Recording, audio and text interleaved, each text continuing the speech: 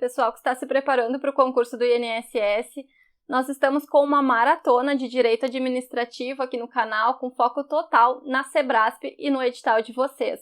E atualmente estamos falando sobre a Lei 8.112, sendo que na última aula nós falamos sobre direitos e vantagens dos servidores. Um ponto que, na minha opinião, é certo na prova de vocês. Inclusive, naquele momento, eu arrisquei duas questões que eu acredito que estarão lá no dia 27, e é justamente por considerar este ponto tão importante que eu trouxe algumas questões para a gente resolver juntos hoje.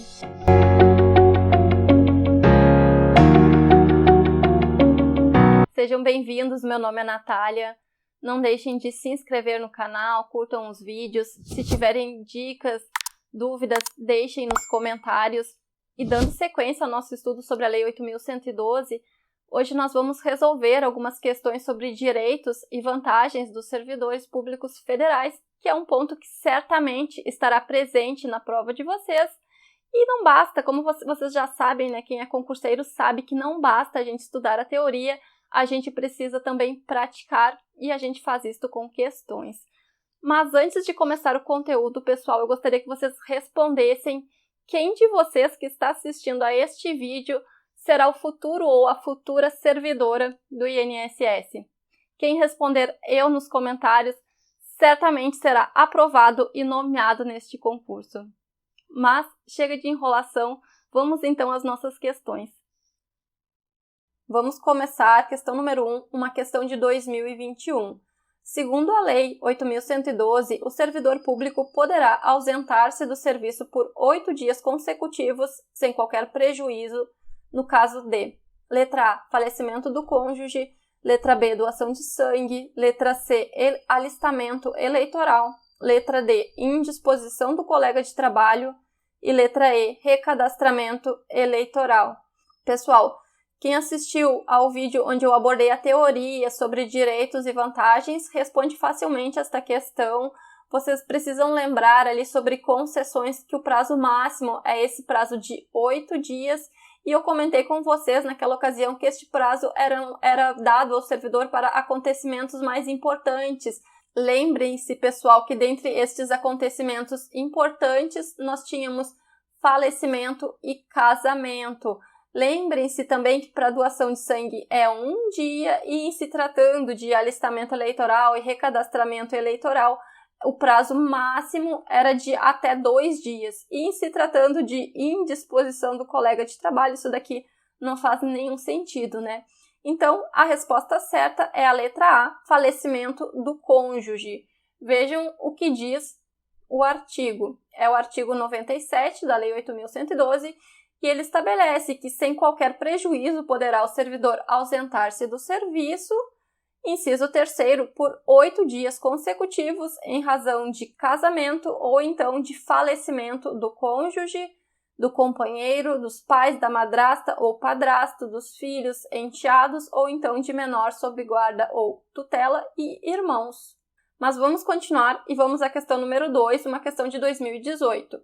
João, Pedro e Lucas são servidores públicos federais. A madrasta de João está doente, o enteado de Pedro está doente e a companheira de Lucas está doente.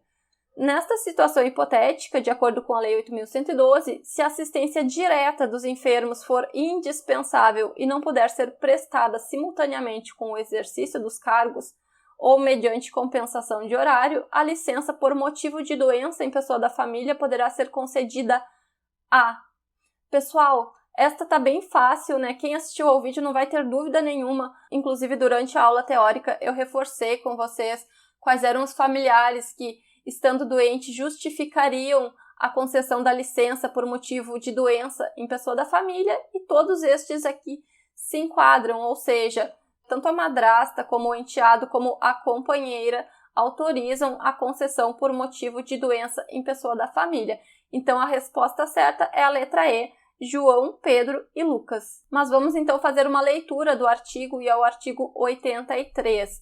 Poderá ser concedida licença ao servidor por motivo de doença do cônjuge ou companheiro, dos pais, dos filhos, do padrasto ou madrasta e enteado ou dependente que viva às suas expensas e conste do seu assentamento funcional, mediante comprovação por perícia médica oficial. Pessoal, precisa ter esta perícia e atentem também, a licença ela só vai ser deferida se a assistência direta do servidor for indispensável e não puder ser prestada simultaneamente com o exercício do cargo ou mediante compensação de horário. E vamos para a terceira questão, uma questão de 2018. Em caso de licença por motivo de doença de enteado de servidor público em estágio probatório, este ficará suspenso, sendo retomado ao término do período da licença. Pessoal, que o servidor em estágio probatório tem direito à licença por motivo de doença em pessoa da família, vocês já sabem, né? Pelo menos deveriam saber, porque eu já comentei aqui no canal. Mas o que eu ainda não comentei é que esta licença, ela suspende sim o estágio probatório, então esta questão está correta. Mas vamos então fazer uma revisão sobre este assunto e vamos ao parágrafo 4º do artigo 20 da Lei 8.112.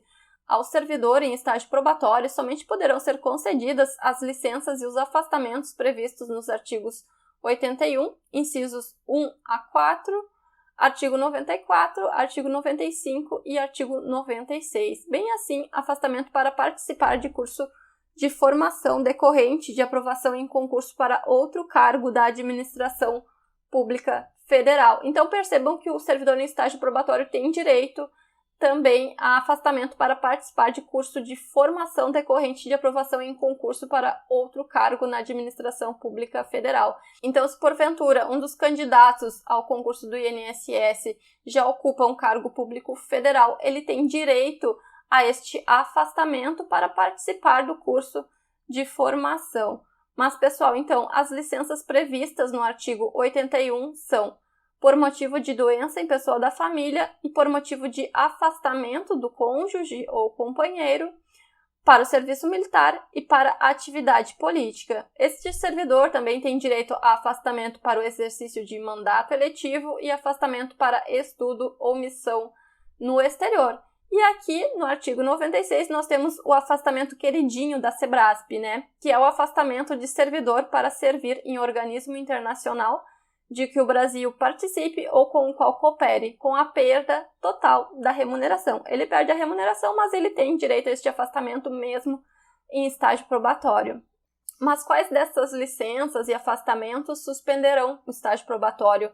O parágrafo 5º responde: o estágio probatório ficará suspenso durante as licenças e os afastamentos previstos nos artigos 83, 84, parágrafo 1º, 86 e 96, bem assim na hipótese de participação em curso de formação, e será retomado a partir do término do impedimento. Ou seja, suspendem o estágio probatório, a licença por motivo de doença em pessoa da família, licença por motivo de afastamento do cônjuge ou companheiro, sendo que esta licença será por prazo indeterminado e sem remuneração, e também a licença para atividade política.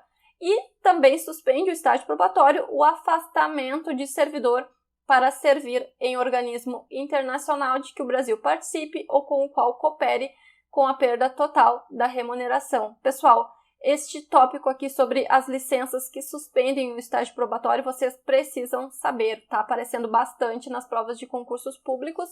E vamos à questão número 4, uma questão de 2018. Com base na Lei 8.112, julgue o item seguinte: o servidor em estágio probatório não poderá afastar-se para servir em organismo internacional de que o Brasil participe ou com o qual coopere, ainda que com perda total da remuneração. Pessoal, está errado, a gente acabou de ver sobre isso, né? Este é um dos afastamentos que o servidor tem direito, ainda que em estágio probatório. Então, a alternativa está errada, acabamos de ver. Vamos para a questão número 5. Conforme a disposição da Lei 8.112, a ajuda de custo tem por finalidade. Pessoal, lembrem, ajuda de custo ela serve para indenizar aquele servidor que foi removido no interesse da administração com mudança permanente de domicílio, mudança permanente e interesse da administração. Então, vamos lá, vamos às alternativas. Letra A. Indenizar o servidor que efetuou o pagamento com recursos próprios para participar de curso comprovadamente de interesse do serviço. Letra B. Indenizar o servidor pelo afastamento da sede em caráter eventual ou transitório para outro ponto. Não, pessoal. Ajuda de custo é em caráter permanente, mudança de domicílio em caráter permanente. Letra C. Indenizar o servidor que realizar despesas com a utilização de meio próprio de locomoção para a execução de serviços externos próprios do cargo. Essa aqui está bem fácil, a gente sabe que é a indenização de transporte. E vamos à letra D.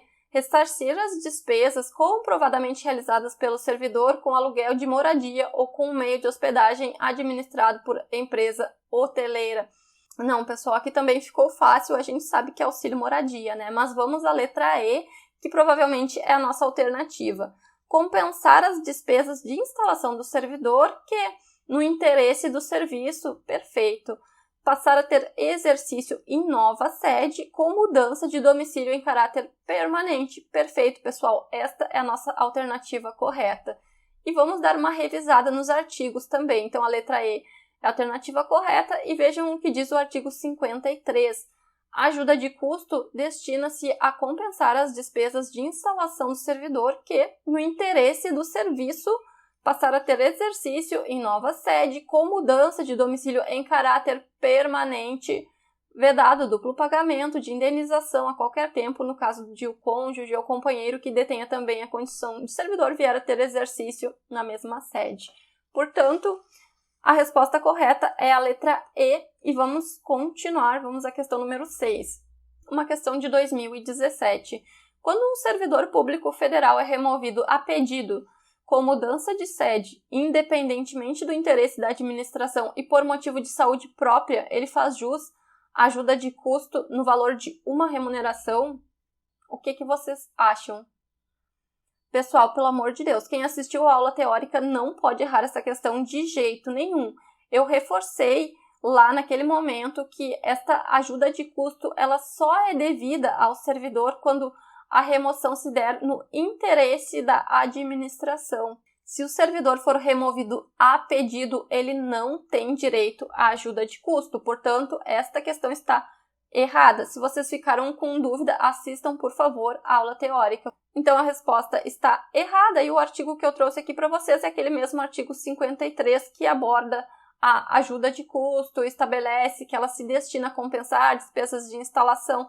Enfim, nós acabamos de ler este artigo. E, pessoal, eu aposto muito em uma questão sobre ajuda de custo na prova de vocês. Aposto muito mesmo. Então, estudem bastante este assunto. Aposto que eles vão trazer uma situação hipotética e depois vão colocar ali diversas assertivas perguntando se está correto e se está errado. Então, fiquem atentos a estes pequenos detalhes, porque eu falando parece bem simples, mas no dia da prova pode não parecer.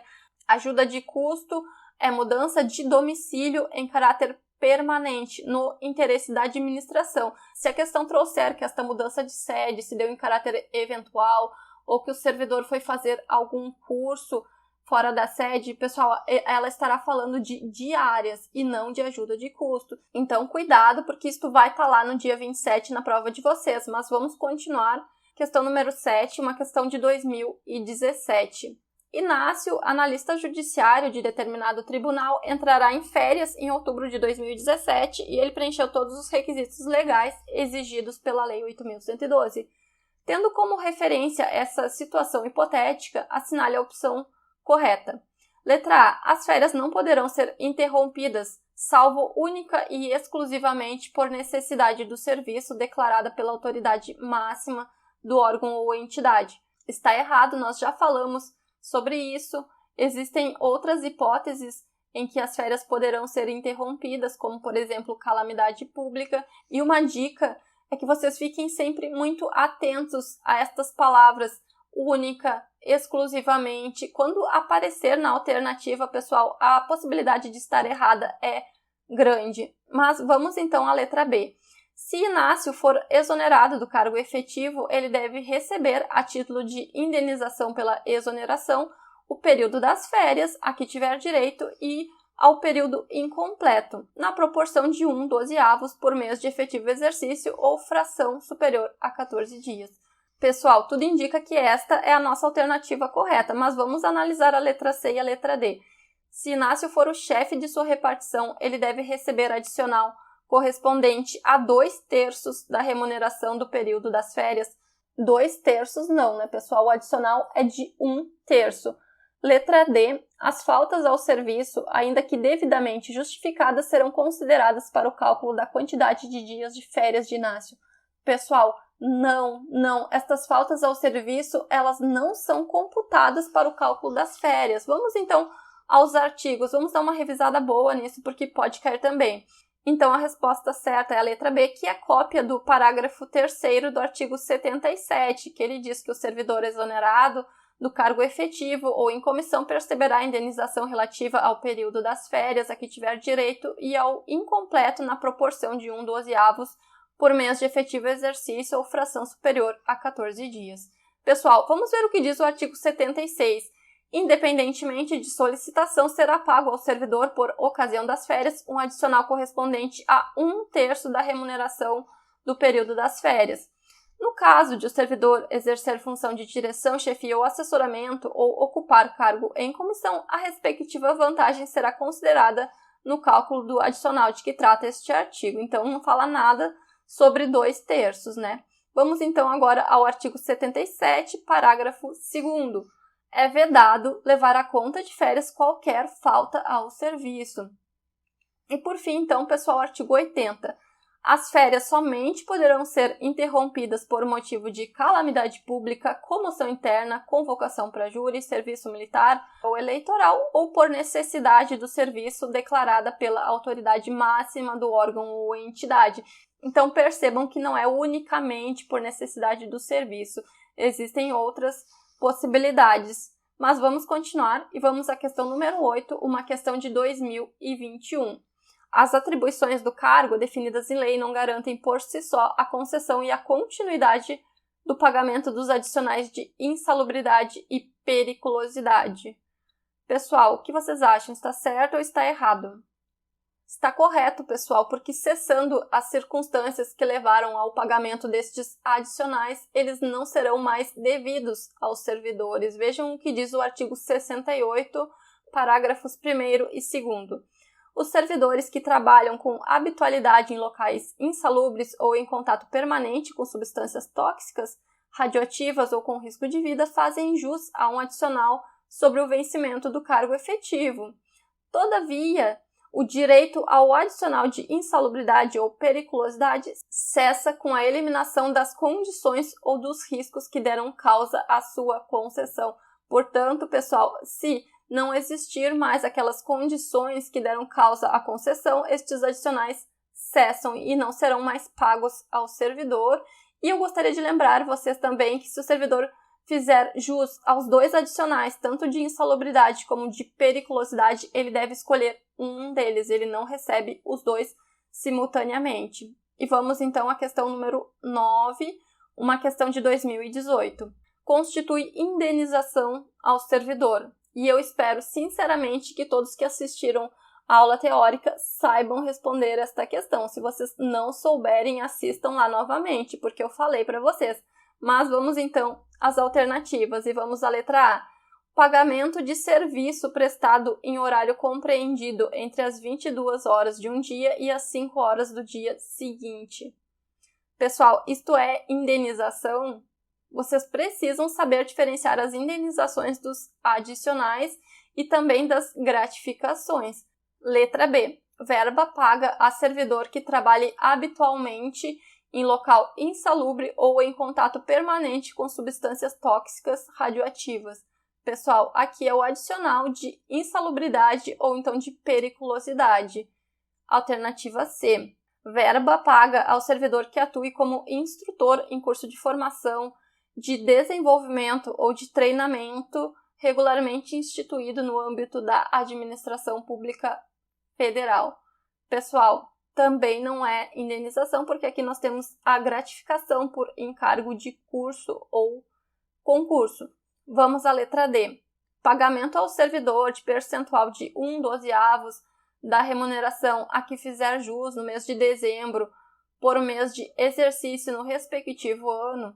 Pessoal, aqui é a gratificação natalina, né? O famoso 13º. Então, provavelmente a nossa alternativa correta é a letra E, que nos diz que indenização é a verba destinada a compensar as despesas de instalação do servidor que, no interesse do serviço, passar a ter exercício em nova sede com mudança de domicílio em caráter permanente. Perfeito, pessoal. Aqui está a nossa indenização, que é a ajuda de custo e é também a preferida da Sebrasp.